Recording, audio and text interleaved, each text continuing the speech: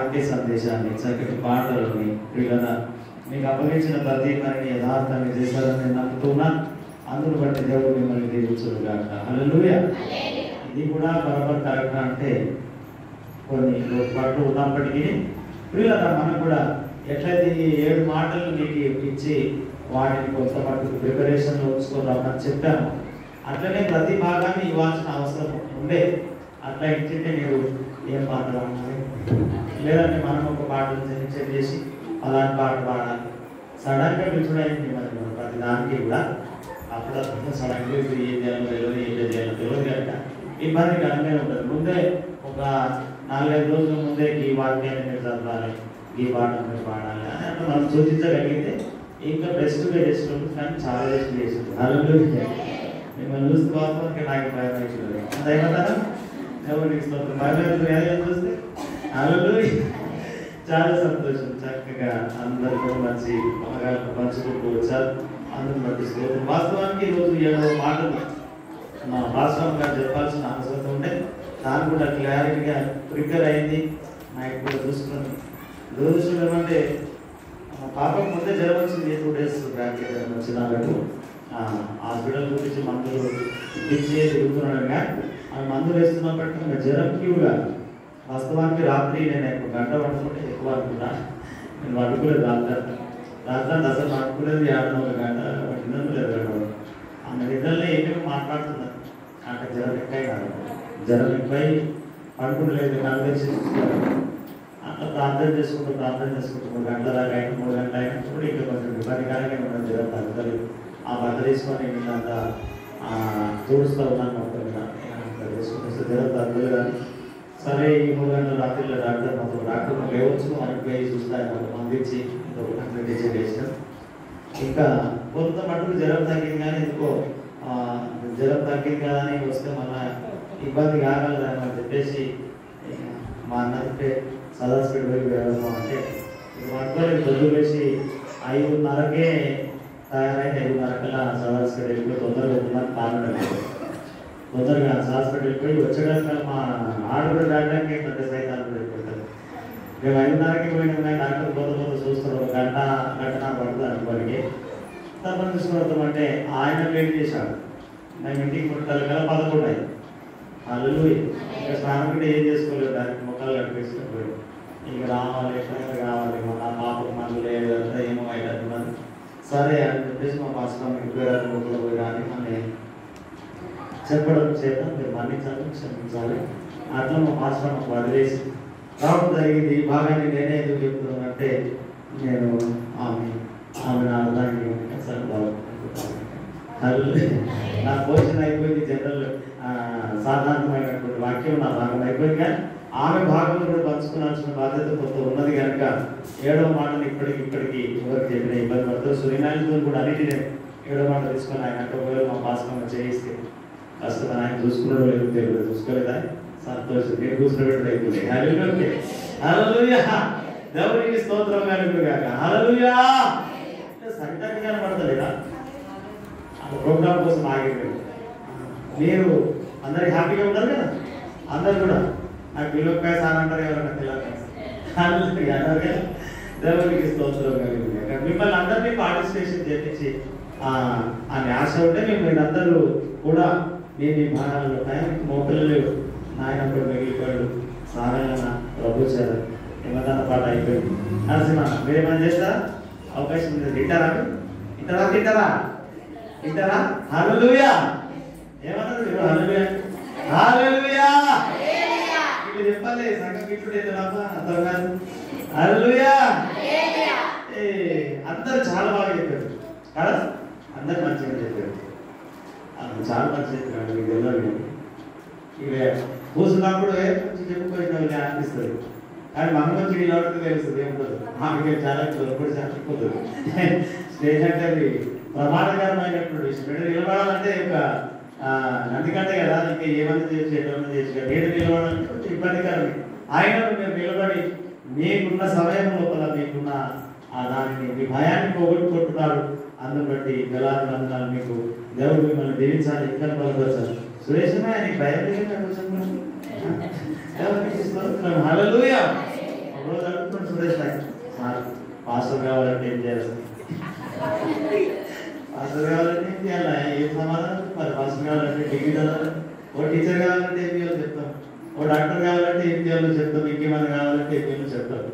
Master కావాలంటే ఏం చేయాలి?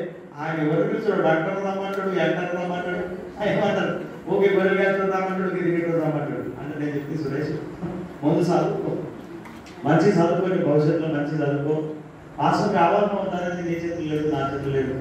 దేవుడి చిత్రంలో ఉంటే మీరు చెప్తాం కదా, యోనా ఎక్కడ వెళ్ళిపోయినా కూడా యాడికి కావాలి నాడికి తెచ్చిపెడతాడు.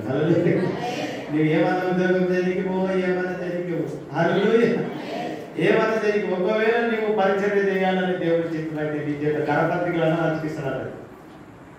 నీ చేత చేయాల దేవుడి సువార్త కరపత్రికలు పంచుకొని ఆయన వెళ్ళబడి పంచన్నా సువార్త చేపిస్తాడు. ఎక్కడ పోయినా ఆయన పట్టుకొస్తాడు. ఆయన ఒకవేళ సువార్తని చెప్పాలంటే ఏమన్నాయి నువ్వు అసలు అయితే కావచ్చు కూడా దేవుడు నిన్ను దీవించును కాక. మంచి వాక్యాన్ని ఇంతమంది చెప్పి చిన్నపిల్లగాడని దేవుడు చెప్తున్నాను.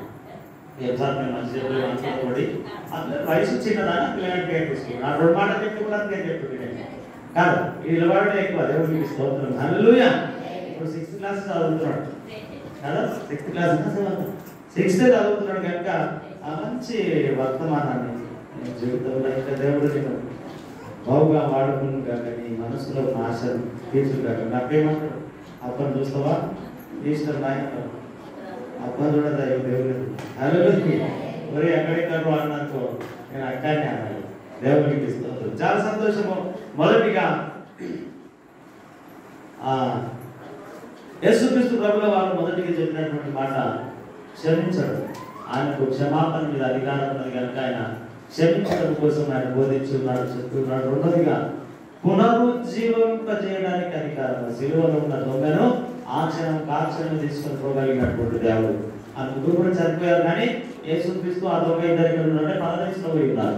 కనుక ప్రియులారా ఆయన చనిపోయిన వాటిని లేపగలిగినటువంటి దేవుడు. మూడోది ఏంటంటే ఆయనకు బాధపై అధికారం ఉంది. ఎంత బాధ ఉంటే కూడా దాన్ని తట్టుకోగలిగినటువంటి శక్తి యేసయ్యకు ఉన్నది. నాలుగోది ఏంటంటే అంధకారముపై చీకటిపై ఆయనకు అధికారం ఉన్నటువంటి దేవుడు. ఐదోది ఏంటంటే దాహమును తీర్చుటకు అధికారం కలిగినటువంటి దేవుడు ఆయన. ఆరోది అన్నిటి అంతమును చూసేటటువంటి దేవుడు, వీక్షించేటటువంటి దేవుడు. చివరిది ఏంటంటే ఆయనకు ప్రాణముపై అధికారం ఉన్న దేవుడు. హల్లెలూయా, హల్లెలూయా. 7వ చదువుతున్నాం లూకా సువార్త 23:46.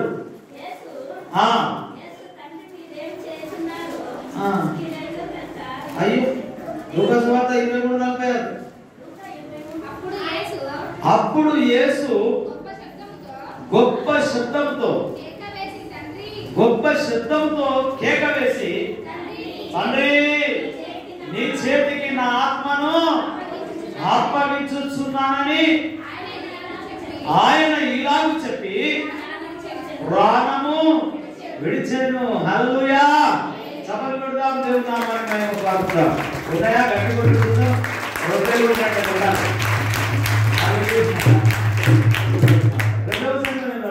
ఆయన శిలువలో ఉండి చివరి మాట చెప్తున్నాడు. ఆయన శిలువలో ఉండి ఆయన చెప్తున్నటువంటి మాట ఏంటంటే తండ్రి. అప్పుడు యేసు ఎట్లన్నట గొప్ప శబ్దంతో కేక వేసి, యోనా గొప్ప శబ్దంతో కేక వేసి ప్రార్థన చేస్తున్నాడట. అట్లనే ఈయన కూడా గొప్ప శబ్దంతో కేక వేసి తండ్రి నీ చేతికి నా ఆత్మను అప్పగించుచున్నాను అని ఆయన ఇలాగూ చెప్పి ప్రాణమును విడిచెను. హల్లెలూయా. కదా మనం చనిపోయేటప్పుడు ఏమంటాం? అనగినారు ఎవరన్నా చనిపోయేటప్పుడు ఏడుతో ఆకలి మాట్లాడుతున్నాయని చనిపోయేటప్పుడు తండ్రి నా ఆత్మను నీ చేతికి అప్పగిస్తున్నానయ్యా అని ఎవరైనా అంటారా? కానీ యేసయ్య అంటున్నాడు. అదే ఆ గెత్సేమనే తోటలో ప్రార్థన చేసినప్పుడు ప్రభా ఈ గిన్నె నా దగ్గర నుండి తొలగిపోతును గాక. హల్లెలూయా. ఈ శ్రమ నాకు దూరమగును గాక, ఈ కష్టం నాకు దూరమగును గాక, ఈ బాధ నాకు దూరమగును గాక అని ప్రార్థన చేస్తున్నాడు. అది ఎసొంటి ప్రార్థన అంటే చెమట కూడా రక్తముగా మార్చుకున్నాడు. అతను ప్రార్థన చేస్తున్నాడు. అయినా నా ఇష్టం కాదు ప్రభా, నీ చిత్తం నీవేమన్నా ప్రభు చిత్రం సురేంద్ర ప్రభు చిత్రం ఏమిటి? ఆయనను నలగొట్టుడు యెహోవాకు ఇష్టమాయెను. హల్లెలూయా. ప్రభు ఆయన మనిషిగా ప్రార్థన చేస్తున్నాడు. మనిషిగా మనకి ఎవరికైనా భయం ప్రాణం పోతుందంటే మనిషిగా ప్రార్థన చేస్తున్నాడు, దేవునిగా సిద్ధపడుతున్నాడు. ఒక రకంగా మనిషిగా బాధపడుతున్నాడు, దేవునిగా సిద్ధపడుతున్నాడు. సరే మంచిది, సిలువకి ఎక్కాడు, 6 మాటలు మీరు బోధించి ఉన్నారు, 7వ మాట కట్టినాడు, ప్రభా నీ చేతికి నా ఆత్మను అప్పగించుచున్నాను. ఒక్కసారి మీరు కీర్తన గ్రంథము 31:5 నేను త్వరగా ముగిస్తాను. కీర్తన గ్రంథము 31:5 దగ్గరికి రండి. కీర్తన గ్రంథము 31:5 నా ఆత్మను నీ చేతికి అప్పగించుచున్నాను, యెహోవా సత్యదేవా నన్ను విమోచించువాడవు నీవే. హల్లెలూయా హల్లెలూయా.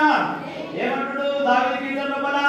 నా ఆత్మను నీకు, నా ఆత్మను నీకా నీ చేతిగా, నా ఆత్మను నీ చేతికి అప్పగించుచున్నాను. హల్లెలూయా. ఇక్కడ ఒక మాట నేర్చుకుందాం, దేవుని చేతికి ఎందుకు ఆత్మను అప్పగించాలి? ఈరోజు నీ జీవితంలో దేవుని చేతికి ఇస్తావా? ఈరోజు నీ సంపాదనను దేవుని చేతికి ఇస్తావా? ఈరోజు నువ్వు చేస్తున్న ప్రతి పనిని దేవుని చేతికి ఇస్తావా? ఇవ్వగలిగితే 5 రొట్టెలు 2 చేపలు ఎంతమంది తిన్నారు? అవి ఎవరి చేతిలోకి వచ్చినాయి? దేవుని చేతిలోకి వచ్చింది. కొద్దిగా అయితే కూడా ఏమైపోతుంది? రెట్టింపు అయిపోతుంది. హల్లెలూయా. రెట్టింపు అవుతుంది, నీవు లెక్క పెట్టడంతో అవుతుంది.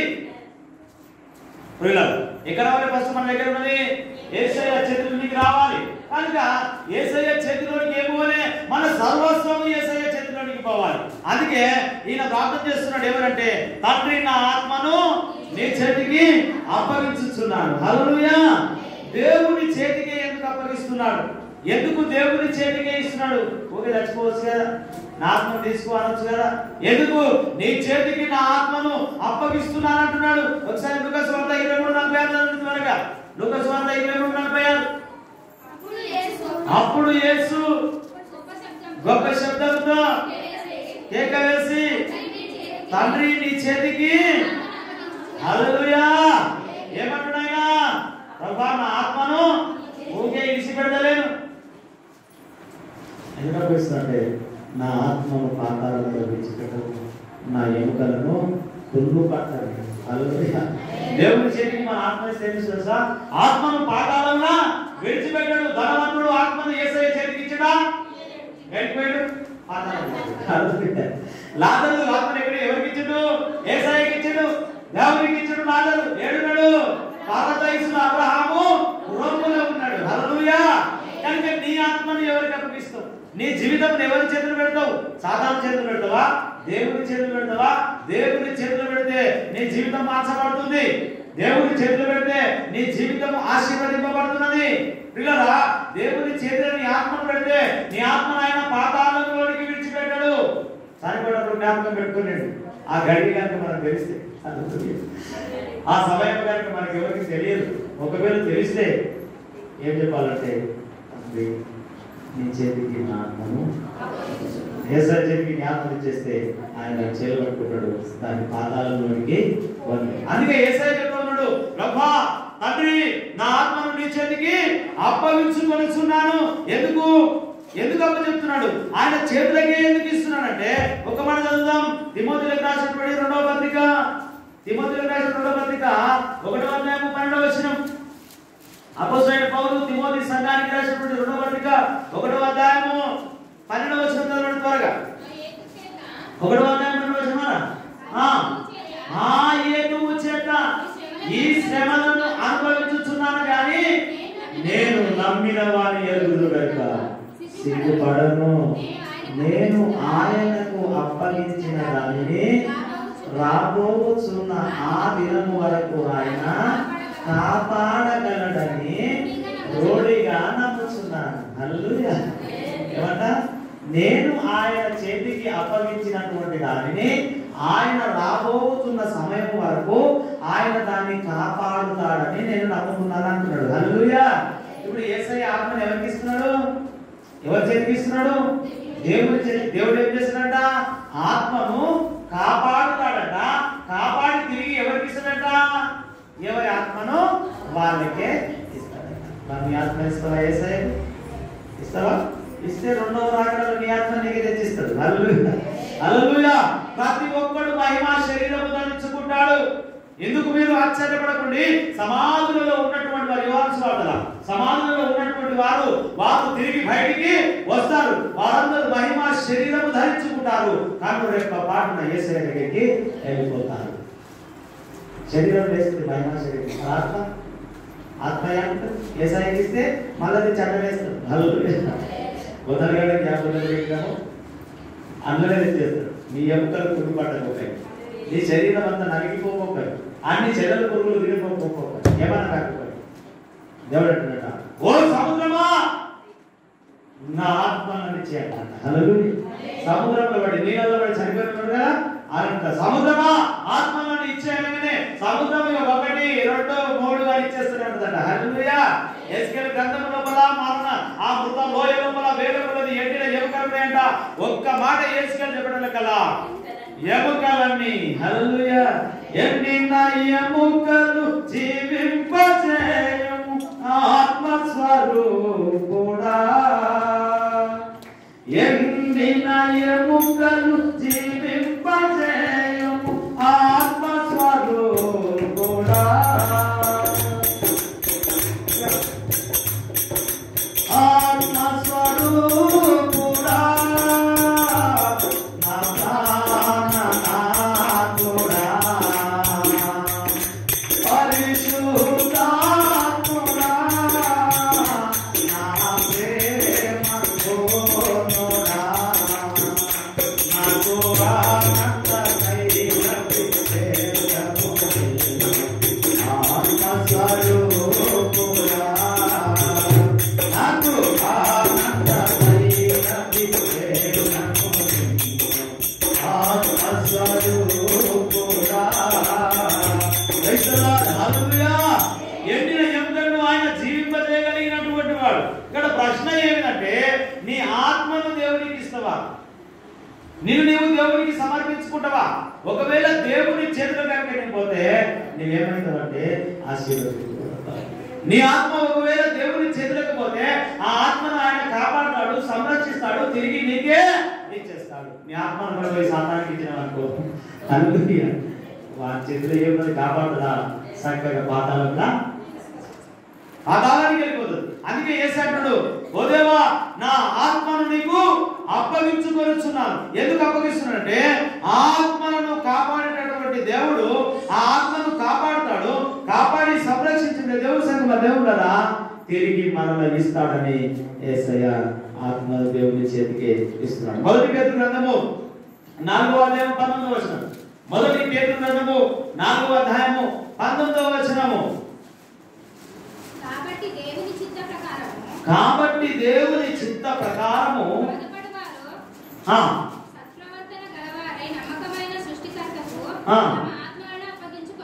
ఏం చేయాలంట? కాబట్టి దేవుని చిత్త ప్రకారము బాధపడువారు సత్ప్రవర్తన గలవారై నమ్మకమైన సృష్టికర్తకు ఏం చేయాలంట? తమ ఆత్మలను ఎవరికి అప్పగించాలంట? దయ్యంకా, సైతాన్కా, ఎవరికి అప్పగించాలంట? హల్లెలూయా. సృష్టికర్త అయినటువంటి దేవునికి తమ ఆత్మలను అప్పగించుకున్నానంట. అందుకే యేసయ్య ఎవరికి అప్పగిస్తున్నాడు? ఆత్మను ఎవరికి అప్పగిస్తున్నాడు? దేవా నా ఆత్మను నీ చేతిలోనికి అప్పగిస్తున్నాను. హల్లెలూయా, హల్లెలూయా. అలాగు కనుక అప్పగిస్తే నువ్వు ఎంత దానుడు. ఈరోజు ఎంతమంది అంటే దేవునికి అప్పగిస్తున్నారు? ఈరోజు ఎంతమంది వారి సమర్పణ చేసుకుంటారు? దేవా నేను నీకు సమర్పించుకుంటున్నాను ప్రభువా, అన్నమదుడు కుమారుని నీకు సమర్పిస్తున్నాను ప్రభువా. హృదయ సంకల్పిస్తారా? నీవేం అప్పగిస్తావు దేవుడికి? దేవుని చేతి నీ జీవితాన్ని పెట్టి చూడు, తెలుస్తుంది. నీ జీవితాన్ని మొత్తం దేవుడికి అర్పించి చూడు. వింటారా? అది అనుకోలేదు నా కొడుకు పెద్ద ప్రవక్త అవుతుంది, ఇశ్రాయేలుకు గొప్పవాడు అనుకోలేదు. నువ్వు సమర్పించగలిగాలి. నీవు దేవుని చేతికి నీకు ఉన్నటువంటి దాన్ని అప్పగించగలిగాలి. నీ ప్రాణమును సైతం అప్పగించగలిగాలి. నీ శరీరమును సైతం దేవుని చేతికి అప్పగించగలిగాలి. అలా కనుక నువ్వు అప్పగించగలిగితే అదేమిటంటే ఆశీర్వాదం కింద మారిపోతుంది. హల్లెలూయా. అట్లా ఒక ఆయన అంటే చాలా మంది ఉన్నారు, కానీ ఒక్క ఆయన అప్పగించిన ఆయన పేరు పెట్టి నేను భోగించేస్తాను. దేవునికి స్తోత్రం కలుగునుగాక. హల్లెలూయా. అపొస్తలుల కార్యములు 7వ అధ్యాయము 59వ వచనం. అపొస్తలుల కార్యములు 7వ అధ్యాయము 59వ వచనం 7:59. 7:59. చదువు. ప్రభువును గూర్చి మొరపెట్టుచు యేసు ప్రభువా నా ఆత్మను చేర్చుకొనుమని చెప్పెను. పలుకుచుండగా వారు అతనిని రాళ్ళతో కొట్టిరి. హల్లెలూయా. దుష్టులంతా తనను బట్టి కొట్టి చంపుతుండగా దుష్టులంతా తనను బట్టి కొట్టి చంపుతుండగా బాధుడు చెప్పెను చేసిన అది నా ప్రార్థన. బాధుడు చెప్పెను చేసిన ఇది నా ప్రార్థన.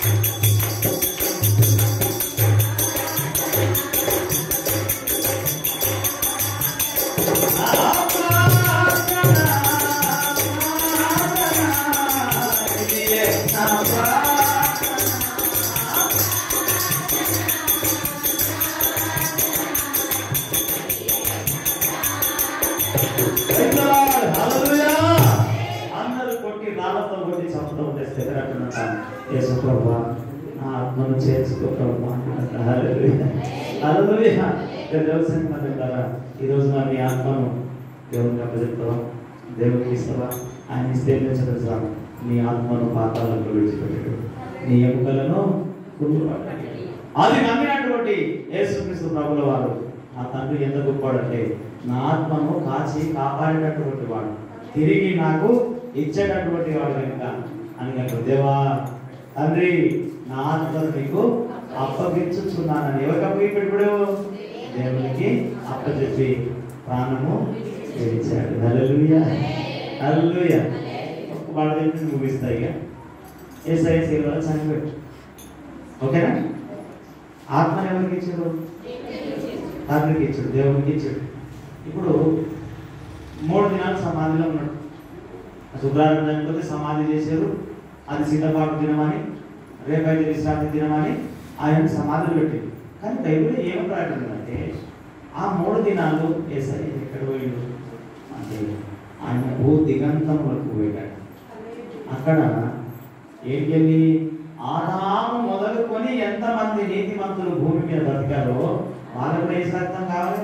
అందరికీ కావాలి యేసయ్య రక్తం, అందరికీ కావాలి. ఎవరికి? ఆదాము పాపం చేసుకుంటే పాపం చేసిన ప్రతి ఒక్కరికి ఏం కావాలి? యేసు రక్తం కావాలి. ఇప్పుడు యేసయ్య శిలువ మీద చనిపోయాడు, ఓకేనండి, చనిపోయాడు. ఇప్పుడు సమాధి చేయబడిన యేసయ్య ఎక్కడ పోయినట్ట? భూ దిగంతములకు, పరదేశకు, లేకపోతే అక్కడ చుట్టూ పాతాళము పరదేశం దగ్గర దగ్గరనే ఉంటాయి. అబ్రహాము రొమ్ము, ఎందుకంటే ఆ ధనవంతుడు లాజరు కనబడుతున్నారు కదా, కానీ మధ్యలో పెద్ద లోయ ఉంటది. కాబట్టి అబ్రహాము రొమ్ములో ఎవరున్నారంటే ఆదాము మొదలుకొని ఇప్పటి వరకు యేసయ్య దాకా ఎంతమంది నీతిమంతులు చనిపోయారో అక్కడ ఉన్నారు. ఇప్పుడు నేనేమంటున్నానంటే యేసయ్య చనిపోయాడు. చనిపోయిన యేసయ్య ఆ పాతాళంకు పోవాలంటే భక్తుడు పోతాడా, చనిపోయినడు పోతాడా? బతుకుడు పోతాడు. బతుకున్నాడు పోతాడు. ఎందుకు బతుకున్నాడు పోతాడు అంటే అక్కడ ఆదాము మొదలుకొని ఎంతమంది నీతిమంతులు అతనికి స్వార్థ చెప్పినట. ఎవరు స్వార్థ చెప్తాడు? బతుకున్నాడు చెప్తారా స్వార్థ? సత్యనాడు చెప్తాడు. హల్లెలూయా. మరి యేసయ్య చనిపోయాడు, ఆత్మను ఎవరికి ఇచ్చిండు? దేవుడికి ఇచ్చిండు కనుక ఆయన ఆటోమేటిక్ గా మళ్ళా ఆత్మను యేసయ్య తీసుకున్నాడు. పో పరదేశంలో అందరికీ రక్తం నీవు, అందరికీ స్వార్థ చెప్పు అని ఆయన ఏమంటే ఆయన చెరను చెరగా పట్టుకొని వెళ్ళిపోయాడట. పరదేశను పాతాళంకి తీసుకొని మరి ఆకాశం తీసుకుపోయి దాని చెరను చెరగా పట్టుకొని పోయాడట. ఆ పాతాళంలో ఇంకొక పాతాళం ఉన్నది కదా, దుస్తులు లాదరుకున్నట్టు అది ధనవంతుని స్థలం ఉన్నది కదా, వాళ్ళంతా అక్కడనే ఉన్నారట. హల్లెలూయా. అంటే ఆత్మను దేవునికి అప్పచెప్తే ఏం చేస్తుందంటే తిరిగి మళ్ళా నీకే ప్రకటనలో ఒక మాట ఉన్నది, ఎంతమంది నీతిమంతులు చనిపోయారో అంతమంది దేవుని బలిపీఠం దగ్గర వారి ఆత్మలు ఘోషిస్తున్న, ప్రభువా మాకెప్పుడు తీర్పు తీస్తావు? ఇదిగో మమ్మల్ని చంపిన వాళ్ళను, ఇదిగో మమ్మల్ని ఇబ్బంది పెట్టిన వాళ్ళను ఎప్పుడు నువ్వు నరకం చేస్తావు ప్రభు అని బలిపీఠం దగ్గర ఆత్మలట ఘోషిస్తున్నాయట. ఆత్మలంతా ఎక్కడ పెట్టుకున్నాట? యేసయ్య నీతిమంతుల ఆత్మను బలిపీఠం దగ్గర పెట్టుకొని అక్కడ కావలి కాస్తున్నాడు, ఆపుదాలు పెట్టినట్ట. ఒకనొక రోజు రాబోతుందట, ఆత్మను తీసుకొని పేతురు ఇది నీ శరీరమయ్యా తీసుకోవాడు, ఇదిగో యోహాను ఇది నీ శరీరమయ్యా తీసుకోవాడు. నీ ఆత్మను కనుక యేసయ్యకు అప్పగించకపోతే డైరెక్ట్ అడిగిపోతావు. ధనవంతుడు ఉన్న జాగ్రత్తకు పోతావు, ధనవంతుడు ఉన్న జాగ్రత్తకు పోతావు. నీ ఆత్మని దగ్గరికి మరలా ఇస్తాడు ఆయన కూడా. ఆయన కూడా మరలా నీ ఆత్మ కూడా ఇస్తాడు. కానీ ఆడిపోమన్నాడు, ఇచ్చి నిత్యాగ్నికి పోమంటాడు.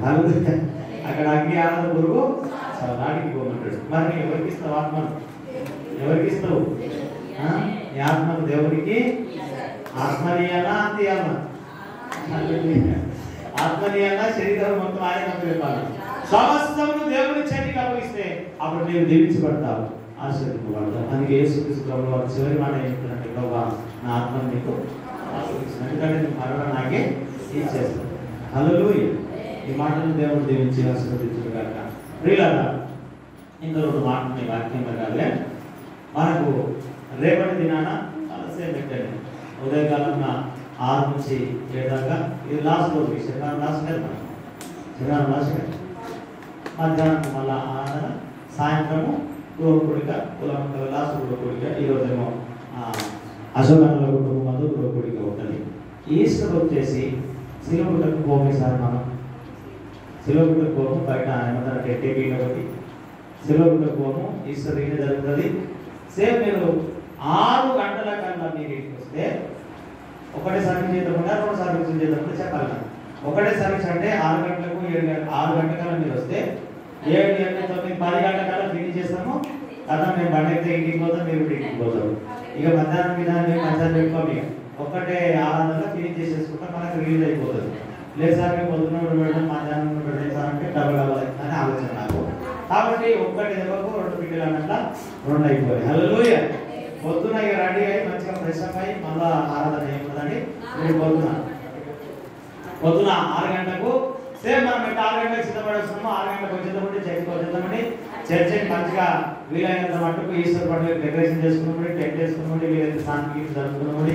మంచిగా కళా మీలా చేసుకొని మంచిగా వీలైతే పిల్లలు ఆ చెప్పులకి గురించి కట్టుకొని మంచిగా మనము 6 గంటల నుంచి 10 గంటల దాకా ఈస్టర్ అయిపోతుంది. ఇది క్రమం. కాబట్టి మనం నేను సిరుగుంటగానికి పోయేస్తా, సమాధి గారికి పోయేస్తా అంటే ఒకవేళ పోయేస్తే ఎక్కువ వేస్తా అంటే ఒక రోజు ముందే సున్నం వేసుకుంటారంటే అది అంతా చేయొద్దు. కానీ మీ నమ్మకాన్ని ఎందుకు దీపాలు పెట్టాలని నేను అంటున్నా. మీకు అలాంటి విశ్వాసం ఉంటే నేను మిమ్మల్ని ఇబ్బంది పెట్టాను. పోయి సున్నం వేసుకొచ్చుకుంటాం సార్ అంటే ఒక ప్రాబ్లం వేసుకొచ్చుకోండి. కానీ ఈశ్వరుకు మాత్రం చర్చిని ఎందుకు చర్చిని అంటున్నా అంటే మీకు ఆ సమస్తం ఎక్కడే ఉన్నది. నేను మనమనేది కాల్సిన పని లేదు. మన ఆడికి పోయి ఎవరో మన మీద రాయేసి ఎవరో మన మీద బురదేసి మన తుడుచుకునేకి ఏమన్నా టైం సరిపోతుంది. తుడుచుకునేకి కడుపుని ఎందుకు మనం బురద దాక్కోవాలి, రాయేసి మన మీద చూపించుకుంటే పచ్చాలు ఆడికి పోయినా ఆనందం చేసుకుంటాం. మనం ఆనందం చేసుకుంటే సంతోషపడాలి, ఆనందపడాలి. ఆనందం పోయి దిక్కు పడడం పచ్చాలు అవసరం లేదు. మంచిగా చర్చిలో ఆనందం చేసుకుంటాం. మంచిగా అందరూ చర్చిగా రావాల్సిందా. ఎవరైనా తగ్గారు పోయి నాకు మళ్ళీ ఏడ్చుకుంటూ చెప్తారు సారు ఎందుకు సార్ అక్కడ కూడా దయచేసి చర్చిగా రావాల్సిందిగా ప్రభునామం మనం చేస్తున్నాను. లేచుకున్నప్పుడు దేవుని పరిచయం తెచ్చినటువంటి కానుకలు సమర్పిస్తున్నా. ఎవరైనా ప్రత్యేకమైనటువంటి పాట గుడ్ ఫ్రైడే కానుకలు పాడతాం. ఈ స్పెషల్ ఆర్డర్ జనరల్ సర్వీస్ గా తెలియదా ముందు చెప్పేట్టున్నాను. గుడ్ ఫ్రైడే స్పెషల్ అకేషన్స్ అన్ని కలెక్షన్ పాడతాం. ఈస్టర్ కూడా కలెక్షన్ పాడతాం. గుడ్ ఫ్రైడే దీన్ని ఏమంటారంటే స్పెషల్ అకేషన్స్ అని అంటారు. ఇంకా ప్రాముఖ్యంగా ఏంటంటే ప్రత్యేకమైనటువంటి కానుకలు ఇచ్చే కూడా మీకోసం కావాల్సి ఉంటాయి. అగ్రిస్తున్నాయి